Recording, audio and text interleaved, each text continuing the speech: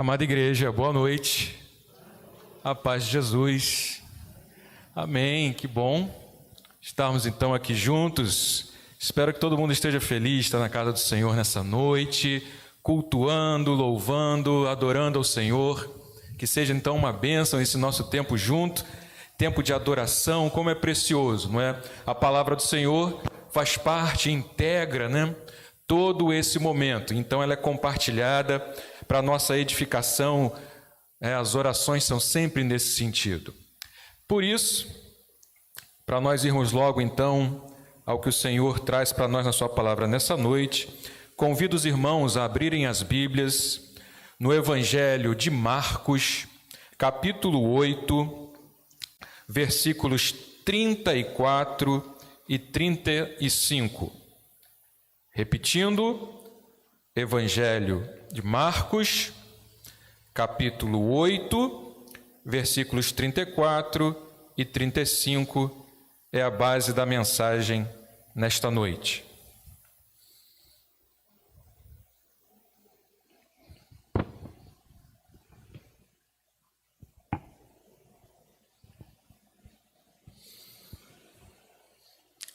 Todos encontraram?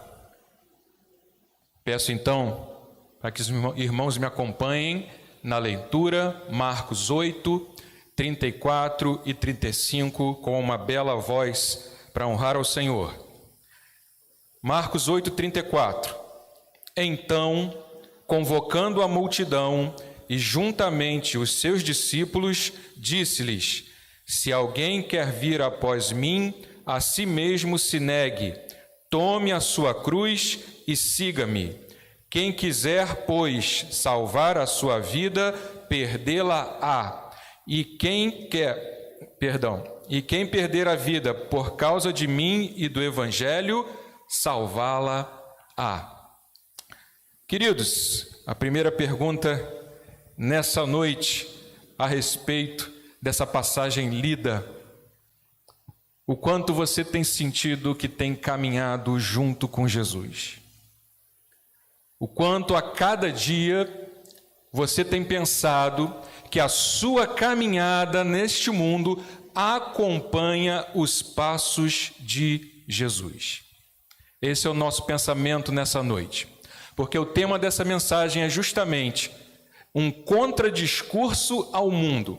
Contradiscurso é a ideia de que existe, uma ideia disseminada e alguém apresenta uma contraposição. Alguém bate de frente, ousa bater de frente e mudar totalmente uma ideia. A essência do Evangelho, eu espero que a gente entenda nessa noite. Eu não quero de maneira nenhuma dizer para vocês que o Evangelho vai trazer apenas conflito, mas ele vai provocar nas pessoas, sim, um pensamento contrário, muitas vezes, a tudo que o mundo nos diz. É só nós olharmos aqui o que Jesus está dizendo, o que ele traz a partir dessa mensagem. Essa pequena passagem que nós lemos aqui é uma daquelas passagens que se encontram nos 3 evangelhos sinóticos, Mateus, Marcos e Lucas, tá?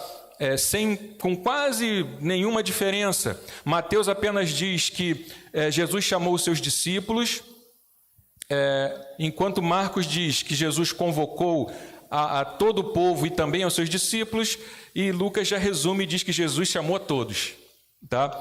Eu escolhi por algumas razões esse trecho no Evangelho de Marcos. Então, primeiramente, no versículo 35, Jesus convocando a multidão e juntamente os seus discípulos.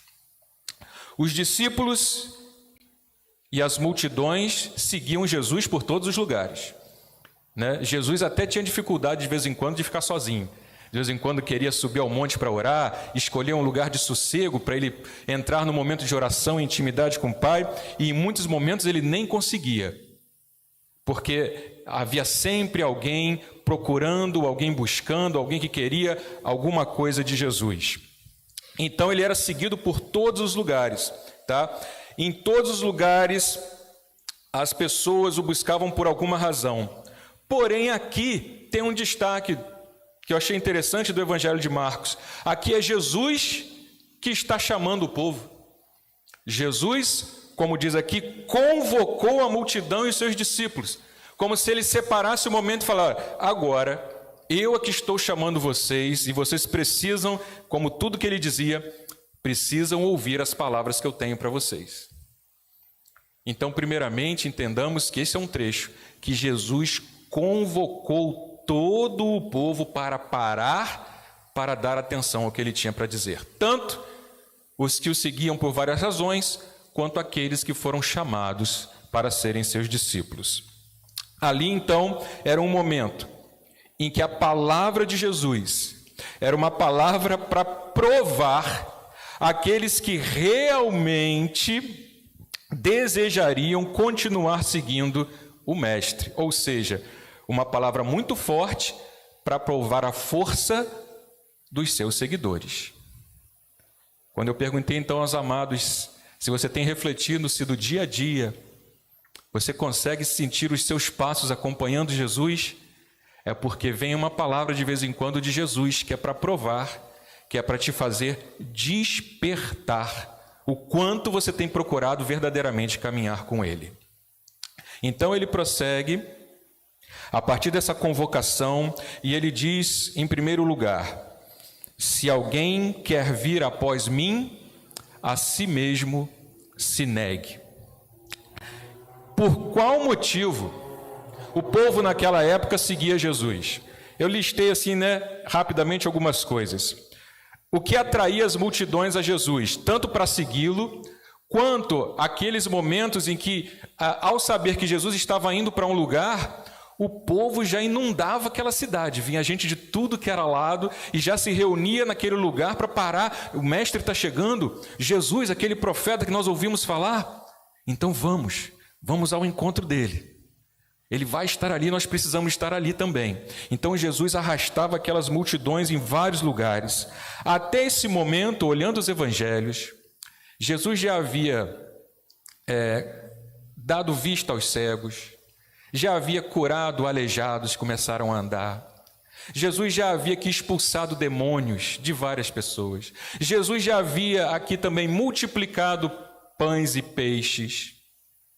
Jesus já havia aqui em vários momentos debatido com os mestres da lei, com os fariseus, onde ele mostrava que o saber dele era notório, onde ele mostrava que ele falava com autoridade, e quem já leu os evangelhos viu que o povo ficava assim, admirado a autoridade que Jesus falava, como isso atraía as pessoas, o modo de falar dele. Então, por que as multidões seguiam Jesus? Estão listados aqui vários e vários motivos onde o povo estava atraído pelo quê? Por aquilo que Jesus oferecia a eles. Aquilo que Jesus trazia para que eles o acompanhassem. Ali, então, naquele momento, eu posso dizer para vocês, entre tantos atributos citados de Jesus, que provavelmente as pessoas, ao pararem para pensar se seguiriam Jesus ou não, era uma escolha fácil. Até aquele momento, era muito fácil seguir Jesus. Quem não quer seguir? Aquele que cura, liberta, aquele que traz palavra de autoridade. Todos querem seguir Jesus. Assim, é bem fácil escolher seguir Jesus, por onde quer que ele fosse. Parecia uma escolha extremamente vantajosa às pessoas. Porém, já que Jesus convocou a multidão, já que Jesus trouxe as pessoas para ele, é hora dele revelar o que precisamente significaria seguir Jesus. E agora ele vem por uma outra razão, não por aquilo que se recebe, mas por aquilo que se deve abrir mão. Se quer vir após mim, a si mesmo se negue. Mas não era o que o povo queria. Não era que quem acompanhava Jesus, não era isso que eles estavam pensando. Então, quando ele lança essa palavra, a si mesmo se negue, Jesus estava forçando toda aquela multidão a refletir se eles queriam realmente continuar seguindo Jesus. Se eles queriam realmente continuar essa caminhada junto a ele. Porque naquele momento, Jesus, ao falar essas palavras, Ele não mostra, né, ele não faz as pessoas pensarem no tamanho do benefício, mas sim o quanto custaria continuar seguindo em sua jornada até o final. E ele diz que o preço é alto. Negue a si mesmo. Normalmente nós pensamos que a nossa vida é o bem mais precioso que nós temos. É pelo qual normalmente nós mais lutamos até o fim, pela nossa vida. E é justamente aquilo que ele diz. É isso mesmo. A si mesmo se nega. A expressão mais famosa, né? Apenas inverte essas palavras. Negue-se a si mesmo, né? Que é da versão revista e corrigida, Almeida Revista e Corrigida. É o mesmo sentido. Entendemos aqui, é óbvio, que Jesus não está falando apenas de segui-lo pelas cidades da Judéia, da Galiléia. Nesse momento aqui ele estava em Cesareia de Filipe, onde ele traz esse discurso. Mas Jesus já estava dizendo que por onde quer que um discípulo seu caminhasse, em que tempo fosse que um discípulo dele estivesse, haveria um preço a ser pago. Haveria algo do qual deveria-se abrir mão. E por isso, ele diz o que significava negar a si mesmo. Quando ele diz, então, o que significa, qual é o preço de negar a si mesmo, querendo seguir a Jesus. Ele diz, então, completando o versículo 34, tome a sua cruz e siga-me. Até que ponto Jesus ordenou que você deve negar a si mesmo? Até que ponto você imagina que Jesus está te chamando a abrir mão do seu eu? E como fazer isso? É interessante notar aqui que Jesus diz, tome a sua cruz e siga-me, que naquele momento, nós já conhecemos a história por completo, mas os seus seguidores não conheciam. Então eu tento imaginar assim, nós sabemos que Jesus foi até a cruz e o que ele fez na cruz. Mas e os ouvintes dele daquela época?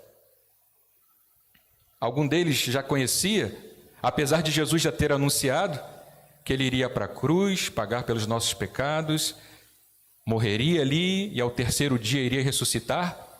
Nenhum deles ainda sabia disso. Nenhum deles. Ali então nós notamos que nós lemos esse trecho tendo conhecimento já dessa história, da crucificação, da ressurreição de Jesus, mas os seus ouvintes naquele momento não tinham essa visão que nós temos.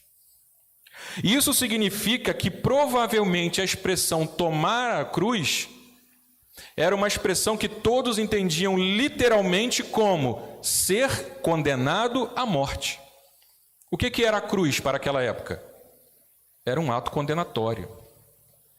Era uma pena, e pena capital, pena de morte. E não era apenas uma morte assim rápida. Alguns historiadores dizem que era da especialidade do Império Romano. As dezenas e dezenas de formas que os romanos haviam criado de matar. Por isso foi um grande império na antiguidade que causou tanto medo a tantos povos. E uma das formas de impor medo é através disso. Se você enfrentar o Império Romano, o que vem sobre você? Crucificação.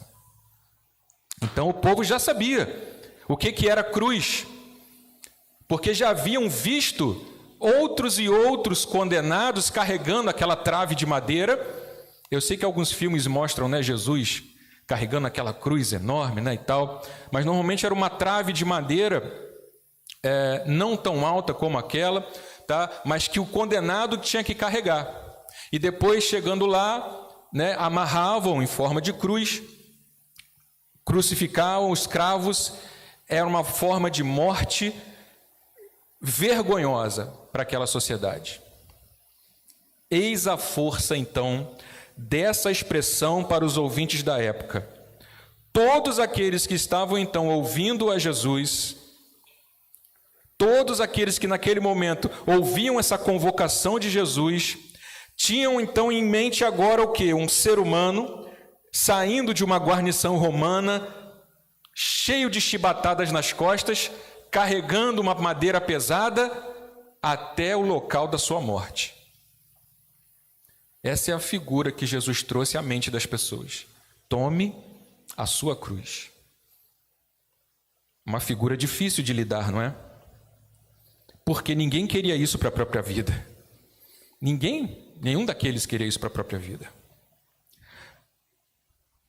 Porém, para onde Jesus estava caminhando em seu ministério nesse mundo? Direto para a cruz.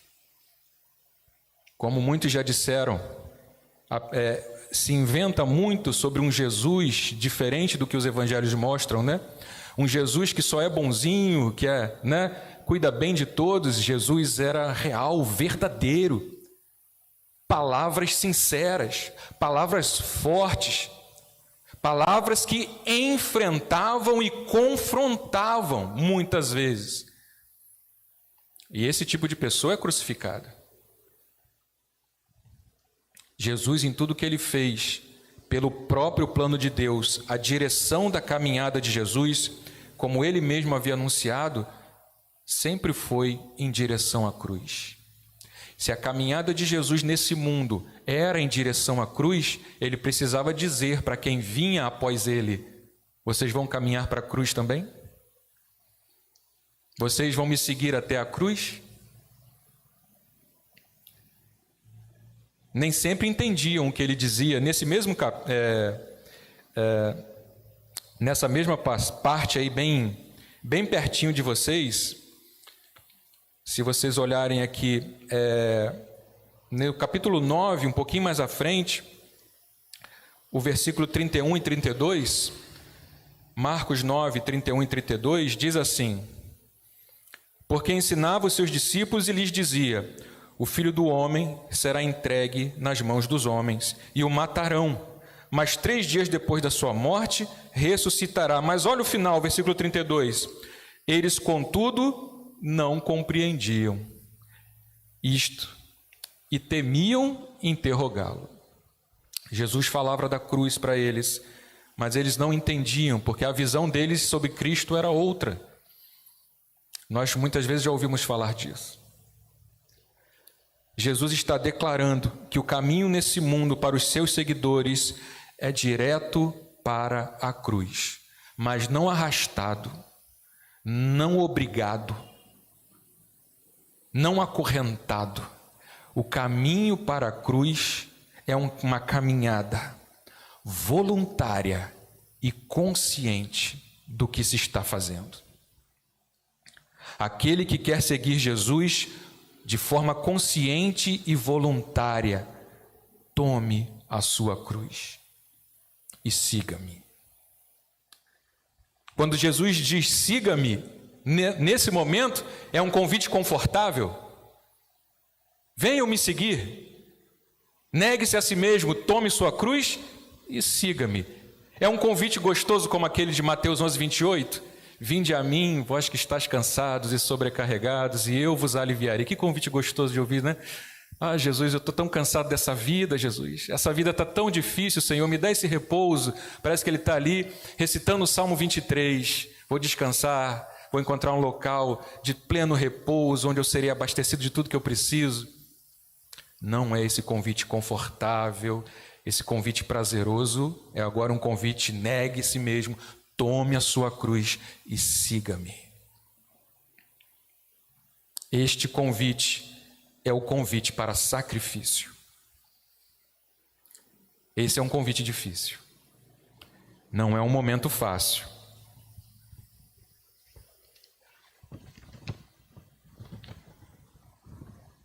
Ele explica então o que há de vir para essa escolha nesse trecho seguinte.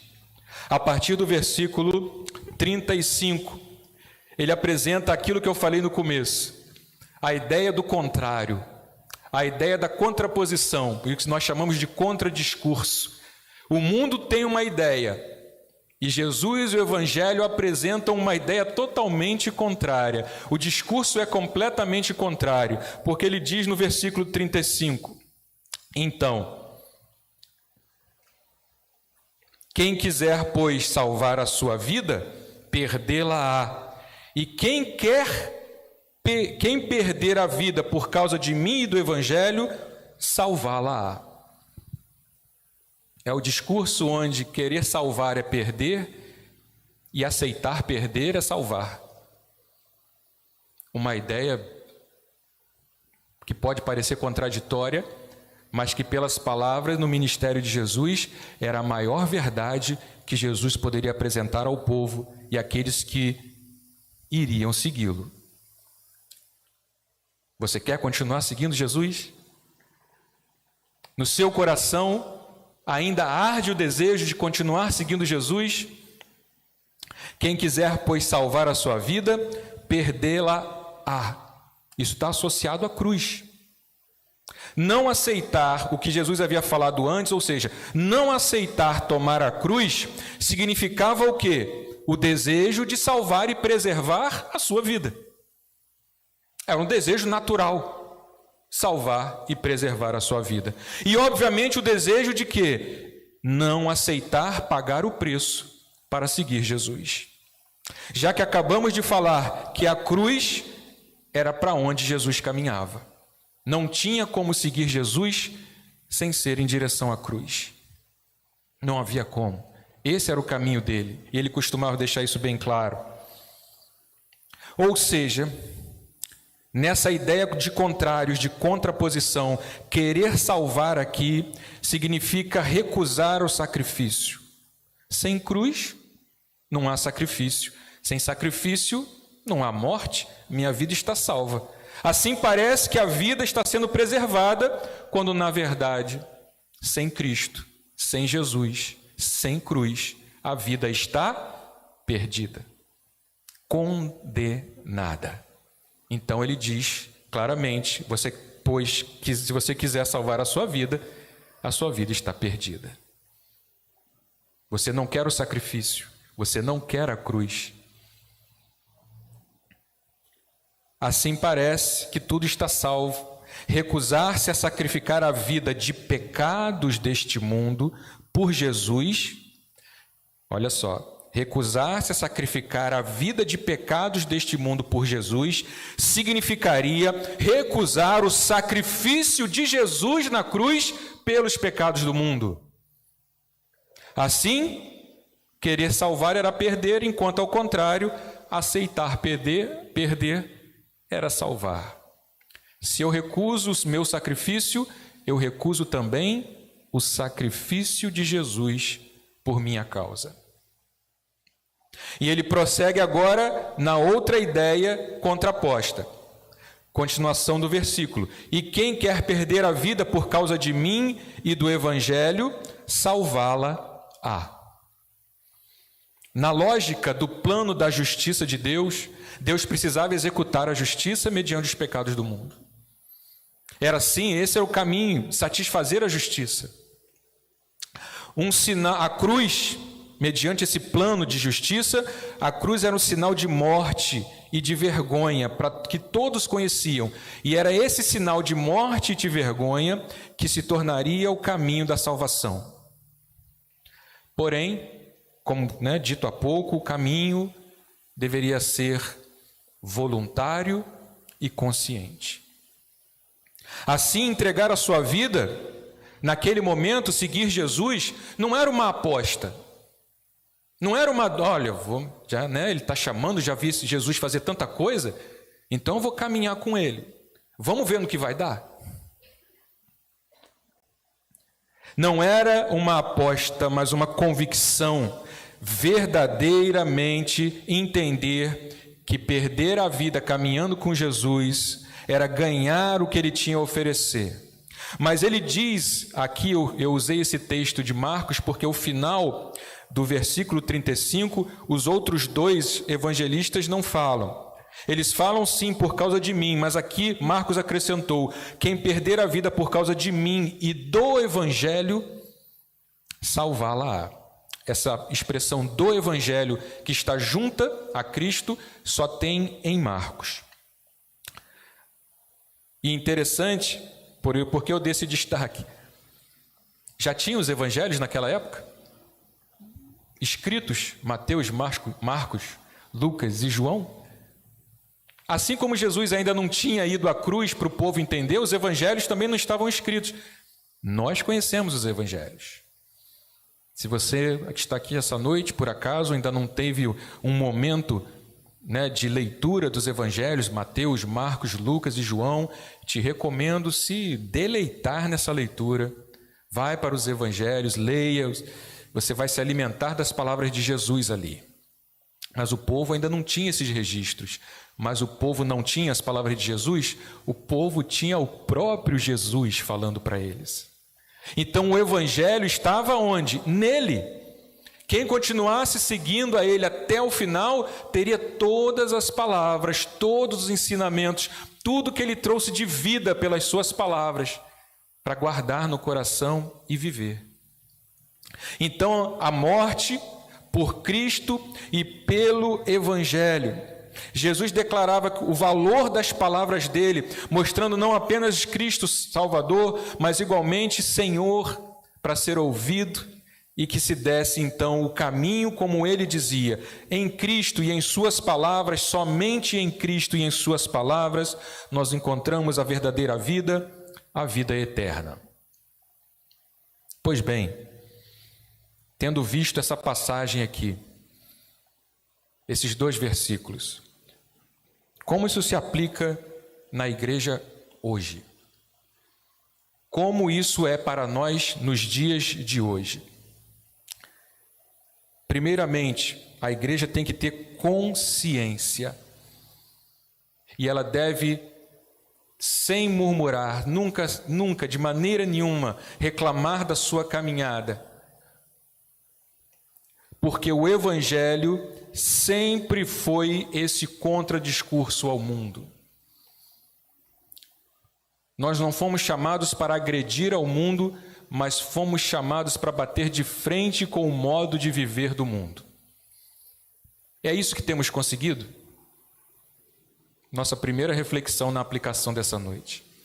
Ou temos acompanhado a maré do mundo, tentando nos adaptar a ela, vivendo meio lá, meio cá, ou então, ousadamente, aceitamos o preço de negar a nós mesmos por causa de Cristo e do Evangelho. Como temos conseguido aplicar isso na nossa vida? Sim ou não? Não há meio termo, porque quando Jesus foi à cruz, não houve meio termo, houve morte. Ele não fez nada pela metade, nem de outra maneira que deixasse a desejar. Foi tudo por inteiro. Foi tudo por completo. A igreja hoje, então, aplicando essa passagem na sua vida, a contraposição é negar a mim mesmo, negarmos a nós mesmos. Isso deve ser para nós o pensamento da verdadeira liberdade e não de aprisionamento. Você não está indo obrigado, por isso essa chamada de consciência e de alguém que é voluntário a isso, porque sabe a razão pelo que está fazendo. Hoje, então, nós somos chamados, somos de novo convocados para ouvir Jesus, como ele fez com aquela multidão, e aceitarmos, sermos submissos voluntariamente. E é interessante que é essa forma que nós seremos livres. Livres das amarras do pecado. Livres, finalmente, dos prejuízos que o pecado derramou sobre todo esse mundo e vai continuar derramando até o juízo final. Negar a si mesmo é o sinal de que você está caminhando com Jesus. Só que caminhar nesse mundo com Jesus, entendamos como igreja dele, é caminhar para a cruz. Se você está desejando um evangelho onde todos os dias vai ser pura alegria e felicidade diante do que o mundo vive, essa caminhada vai ser bem difícil. Mas quando por Cristo e pelo Evangelho, nós como igreja aceitamos viver em plena liberdade, onde o pecado não é o que te domina mais, o mal não é o que te domina mais. Você agora é por conhecer a verdade do Evangelho e saber o preço de sangue que foi pago por você, você, enfim, tem essa liberdade. E não é mais o pecado que te domina, mas em Cristo você tem a liberdade para recusar o pecado. A única forma correta de seguir Jesus é através do seu verdadeiro Evangelho. O outro ponto, sobre abrir mão da nossa vida, Jesus não disse que é para nós, como igreja dele, tivéssemos o desejo de morte. Não é isso que ele está dizendo. Que você deve desejar morrer todo dia. Tome o Evangelho de Lucas, tem uma expressão, só tem também no Evangelho de Lucas, não nessa parte. Dia a dia, tome a sua cruz. Ou seja, isso é diário. Isso está lá, você pode conferir em Lucas, capítulo 9, tá? Versículo 23 e 24. Se você depois quiser conferir, tem essa expressão lá. Jesus não disse que era para você desejar morrer, mas que era para você aceitar morrer. Morrer para si mesmo, para os desejos desse mundo e viver para Deus através da cruz para onde você estava caminhando. Para mim, uma pequena interpretação minha, a porta estreita que é falada em Mateus capítulo 7, versículos 13 e 14, para mim a porta estreita que Jesus aponta é a cruz. Porque ele diz, então, entrai pela porta estreita, que diz, larga é a porta, largo é o caminho da perdição. É o caminho fácil de andar. É o caminho onde você não precisa se negar a nada. Você pode viver as suas vontades e os seus desejos sem nenhum problema. Esse caminho você pode ir, mas para mim, então, a porta estreita é o caminho para onde ele mostrou o mundo, o caminho da cruz, onde lá é o sacrifício. Mas ele diz também, ele completa nessa passagem de Mateus 7, 13 e 14, que poucos irão pela porta estreita. Diante de Jesus falar para uma multidão, tome sua cruz, siga-me, negue-se a si mesmo. Quer salvar a sua vida? Você vai perdê-la. Aceita perder a sua vida? Aí sim você vai ganhá-la. A porta estreita está diante do povo, então. Igualmente a porta larga. O desejo o quê? De fugir dessa cruz de qualquer jeito. Não aceito a cruz. Essa vida é para viver maravilhas. Essa vida é para viver na pura alegria. O que o mundo me diz é aproveitar ao máximo, curtir tudo que eu puder, tudo que me der vontade no coração, tudo que o mundo me disser que é bom, isso é aproveitar a vida. Então isso é fugir da cruz. Isso é aderir à porta larga, ao caminho largo, que é facílimo de caminhar. Paulo diz em 1 Coríntios 1,18, certamente a palavra da cruz é loucura para os que se perdem, mas para nós que somos salvos, a palavra da cruz é o quê? Poder de Deus. Agora, como que a gente identifica para as pessoas que tomaram a cruz, ou seja, aceitar, me submeter a tudo que Jesus trouxe, o meu sacrifício diário nesse mundo, isso é o poder de Deus? Porque esse é o poder de Deus. Quem aceita fazer isso voluntariamente se não fosse por Deus em nossa vida? Se não fosse o Espírito Santo a todo dia mostrando, olha, eu sei que você foi ofendido, eu sei que queriam te machucar, mas você não precisa querer machucar de volta. Você não precisa querer ofender de volta. Negue-se a si mesmo.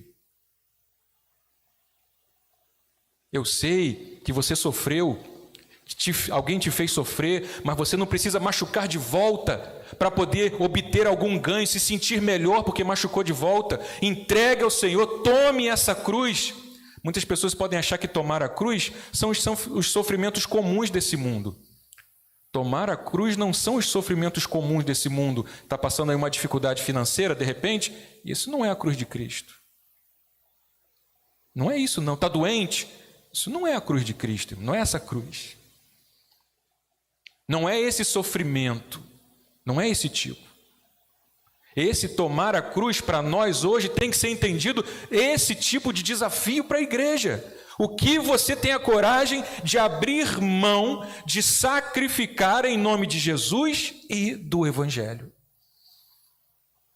Assim estamos caminhando para a cruz. Todo dia que você faz isso, eu não estou comparando ao sacrifício de Jesus, tá? Mas estou dizendo, todo dia que você faz isso, é a sua crucificação. Tome a sua cruz. A crucificação, o caminho de salvação é somente em Cristo. Que ninguém pense que através dessas obras de algum tipo de bondade e caridade sou eu que estou conseguindo a minha salvação, não. Mas caminhando com Cristo, indo em direção a Jesus, neste mundo, eu estou indo em direção à cruz. Todos os dias. Todos os dias. E por fim, então, no terceiro ponto dessa aplicação, Jesus caminhou para a cruz e Ele me chamou, Ele te chamou para caminhar levando a cruz também. Jesus, como eu acabei de falar, no mundo Ele foi em direção à cruz. Para onde eu posso seguir Jesus, se não para a cruz também? Aqui é cruz. Aqui, o que Jesus recebeu na cruz foi uma coroa de espinhos. Alguns dizem que eram cerca de 3 a 5 centímetros, perfurando, né, aqui a pele do crânio. Alguns diziam que chegava a ferir até o osso, para ele sangrar. Essa foi a coroa que Jesus ganhou aqui, na crucificação. Porém, aqui no mundo é cruz. Mas como ele disse, no fim dessa passagem, quem perder a vida por causa de mim e do Evangelho, salvá-la-á. Eu entendo que a caminhada de Jesus não acabou na cruz. Então, se Ele aqui me chamou para acompanhá-lo até a cruz, mas agora a cruz está vazia, Ele não está mais lá. Onde Ele está? No reino. No reino que está preparado, à destra de Deus. Agora a coroa que tem sobre a cabeça dele não é mais uma coroa de espinhos. É a coroa de rei. É a verdadeira coroa da qual ele é digno, não do reino desse mundo que se acaba, mas do reino eterno, o reino da verdadeira felicidade, da verdadeira paz. E se eu aqui nesse mundo caminhei com Cristo para a cruz, hoje Ele está no reino, então eu também caminho para a cruz, porque Ele também me aguarda lá, no reino dos céus, no reino de Deus. Essa deveria ser a aplicação da alegria da igreja. Deveria ser a sua motivação todo dia. Meu Jesus suportou a cruz, hoje Ele está na glória. Onde eu vou acompanhá-lo? Até a glória também. Não deveria ser a nossa alegria? Não deveria ser a nossa vida? Quem perder a vida por causa de mim e do Evangelho, salvá-la-á. Cadê a nossa alegria? Está igual a expressão de vocês olhando para mim essa hora. A alegria está meio cansada. A alegria está meio difícil.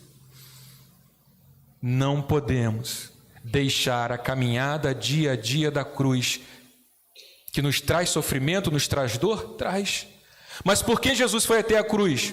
Porque Ele já sabia o que Ele havia explicado aos seus discípulos, como nós lemos aqui no capítulo 9, versículo 31, Ele dizia que Ele iria para a morte, o Filho do Homem será entregue nas mãos dos homens, o matarão, mas 3 dias depois da sua morte, ressuscitará.